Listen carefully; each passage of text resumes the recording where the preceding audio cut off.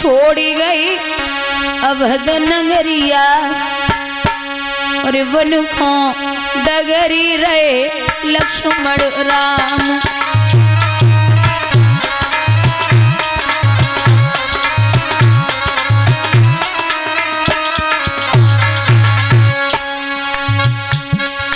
के कई कठिन पेज ठानी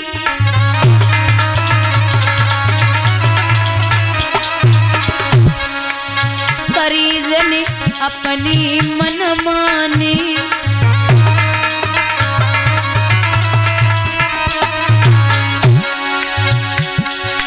अरे फेरी लई हमसे नजरिया मन को डगरी रहे लक्ष्मण राम।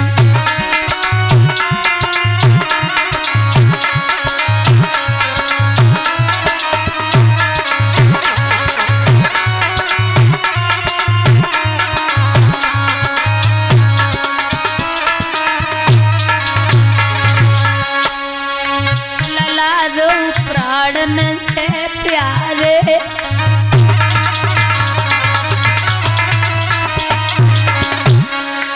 फिरे बन खड़ मारे मारे।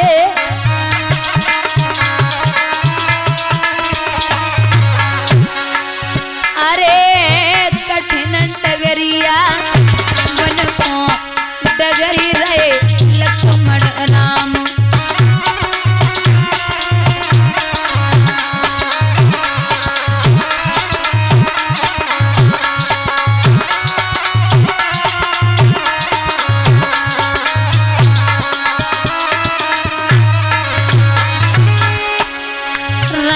बन कैसे सुख मारे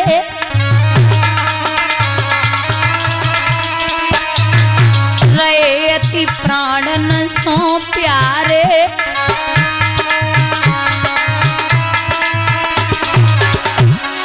सोन को मिले झुपड़िया मन को डगरी रहे लक्ष्मण राम।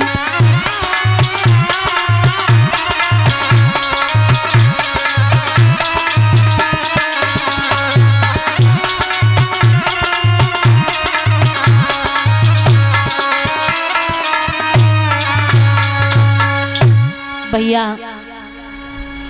यहाँ सुमंत जी गंगा तट तक छोड़ने के लिए पहुंचे। सबको समझाए कि राम जी निकले तो बाबा फिर चौपाई में लिखते हैं कि मांगी नावन के बटाना और कयऊ तुम्हार मरम मैं जाना। चौपाई के जो दो शब्द हैं वो राम जी के हैं और बाकी पूरी चौपाई केवट की है। मांगी नाव ये शब्द राम जी के और न केवट आना नहीं आऊंगा कयऊ तुम्हार मर्म मैं जाना। मैं आपका क्या मर्म नहीं जानता महाराज। पत्थर से कठोर काठ नहीं होता। मैं आपके बिना चरण धुले आपको गंगा से पार नहीं करूंगा। चरण धुलवाइए।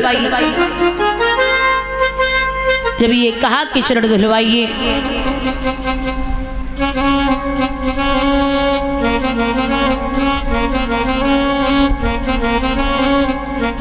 तो समझाइयो। अरे केवट आप मेरी जानते मैं आपकी जानता हूं, पहले बाहर तो आइए। लक्ष्मण को क्रोध आया। लक्ष्मण ने जवाब दिया अरे भैया ये तुम्हारे भक्त कैसे हैं, तुम्हारे बात के लिए मना कर रहे हैं। अरे तुमने ये कैसे भक्त रखे। राम बोले तसल्ली करो, एक बात बताओ हमें। तुमसे मैंने ये कहा था कि तुम घर पे रहना, तुम माने नहीं माने। सीता से कहा तुमसे मैंने कहा था तुम यहीं रहो, तुम मानी बोले नहीं मानी। राम बोले जब घर वाले नहीं मान रहे तो बाहर वाले का मान लिए। तुम दोनों को मैंने बोला कि घर पे रहो, तुम दोनों नहीं माने तो बाहर वाले का मानेंगे। अब गुस्सा करने की जगह नहीं है, मैं अपने हिसाब से समझाऊंगा। आवाज लगाई राम जी ने, हे भैया केवट आप आ जाइए। केवट बोले प्रभु चरण धुलवाओ। क्यों? सुनो, शरणों की रज जादू की वरी मोए डर लागे।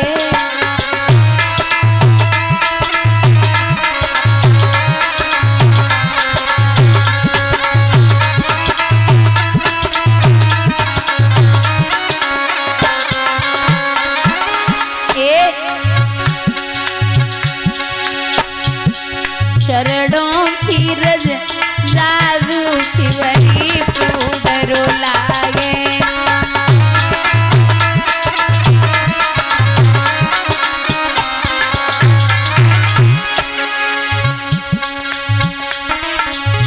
शरण कमल रज कहे सबका,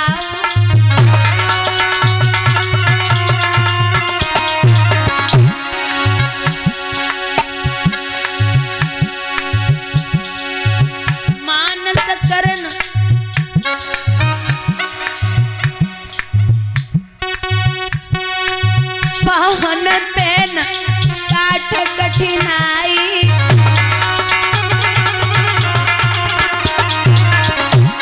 दिल मेरे में संशय वारी मोए डर लागे।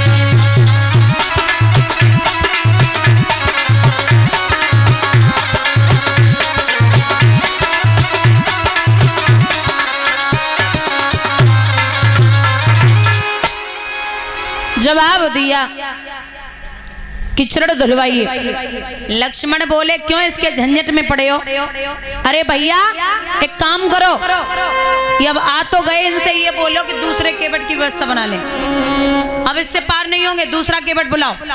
केवट बोले सुनो, यहाँ इतनी चलती नहीं चलेगी, हमें पता था कि तुम आने वाले हो, हमने सब केवट छुट्टी पे भेज दे। एक वो केवट है ही ना, सब छुट्टी पे गए हैं, 2 दिन की छुट्टी है।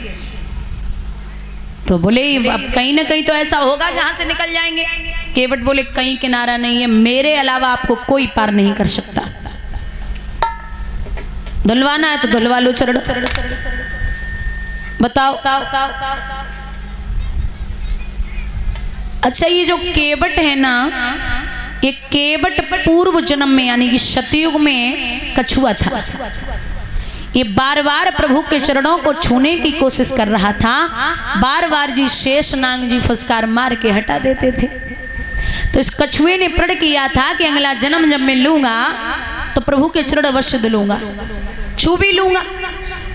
और ये जो नाव पड़ी है गंगा में, ये पूर्व जन्म में एक चित्रकेतु नाग का गंधर्व था।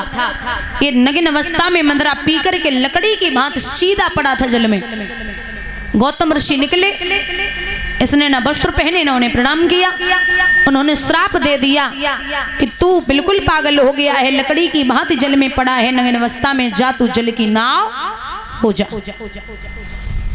प्रार्थना की उद्धार कैसे होगा? तो बोले त्रेता युग में स्वयं प्रभु आकर के आपके विराजमान होंगे और आप गंगा से पार करेंगे, आपका उद्धार हो जाएगा। तो जवाब दो प्रभु चरण धुलवाओ। तो राम जी बोले समझो केवट। केवट बोले हम नहीं समझ रहे कछु। सुनो लला, कछु हम कारे